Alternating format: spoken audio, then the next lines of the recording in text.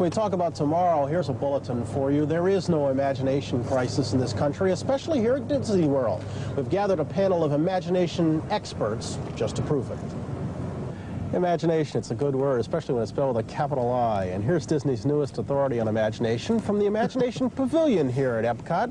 He is Dreamfinder. Hello there, Bryant. Good to have you here at Epcot. And who is Dreamfinder? Well, I'm kind of the host of the Journey into Imagination show out here at Epcot Center. I travel all over the universe, collecting the stuff dreams are made of. Sounds, colors, ideas, anything that sparks the imagination. And I store these sparks in the Journey into Imagination Pavilion. And the guests and I recombine them into new ideas and new inspirations. I am left to assume that you do not dream alone. Who's your little purple friend? This is actually something I dreamed of. This is my Figment, and I'm very proud of him. You see, I threw together the two tiny wings, the nose of a crocodile, the horns of a dilemma, and all the calm and reserve of a small child's birthday party. And so he, with his curious and naive way of looking at life, shows me things that I would never have guessed in my own knowledge and experience. If you are the spirit of imagination, then the gentleman to your left certainly might be called the father of imagination. He is one of Disney's Imagineers, and he helped come up with the idea for Dreamfinder and Figment. His name, Barry Braverman. We welcome you. Imagineer, I had the feeling I just invented a new word. Is that a profession? Is that a personal statement? Well, it's a term we use at WED to describe what we do. We think it's a kind of a unique blend of art and engineering, so we've coined that phrase. Imagination is a very difficult thing to characterize. It's difficult to capture and picture. What is it you set out to do? Well, what we've tried to do, as the Dreamfinder indicated, is give a very simple kind of a scheme for how the imaginative process works in this pavilion. And what we've done is boiled it down to 3 steps: gathering, storing, and then recombining into new things. And we wanted to say to people that imagination is something we all share. It's a common ability that we all have, and all we need to do is look at the world in an open and risk-taking way, and we can begin this process. There is room for imagination in your future vision of the world, but it's imagination of a different sort, right?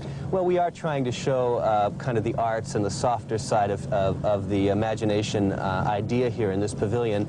Energy and transportation and communication stories are being told well in other parts of the project, and our goal was to kind of remind people that without the arts, without somebody willing to take a risk and have a new idea, you really don't have much of a future at all. You actually do blend imagination and technology, such as we're seeing here, where people, by dancing on various color patterns, can create music? Yeah, this is part of an area we call the ImageWorks, and it's a hands-on area where people get a chance to try out new technologies for creativity. And so we see them dancing along stepping tones, manipulating these enormous kaleidoscopes that are just like the ones you used as a child, but much larger. And this is a video graphics system that we created for the ImageWorks called Magic Palette. It allows the guests to load up their brush with different electronic inks and paint right on a CRT screen. Let me ask you, by using the technology, are you not in fact taking away some of the creativity? I mean, doesn't one have to start from point zero to be totally creative? Well, that's really not the position we're taking. We think that these new tools just simply enhance the palette of things that you can work on.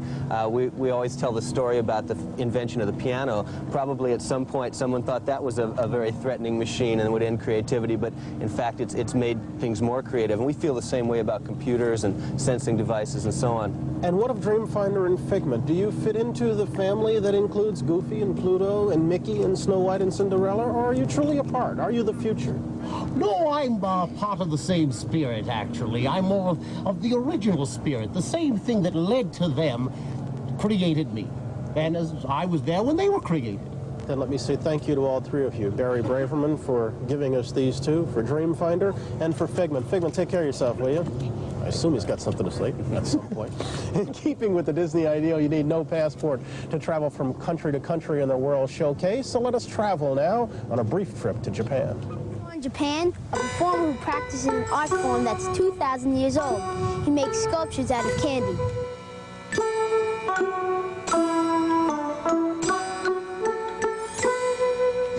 The Today Show will be back after these messages.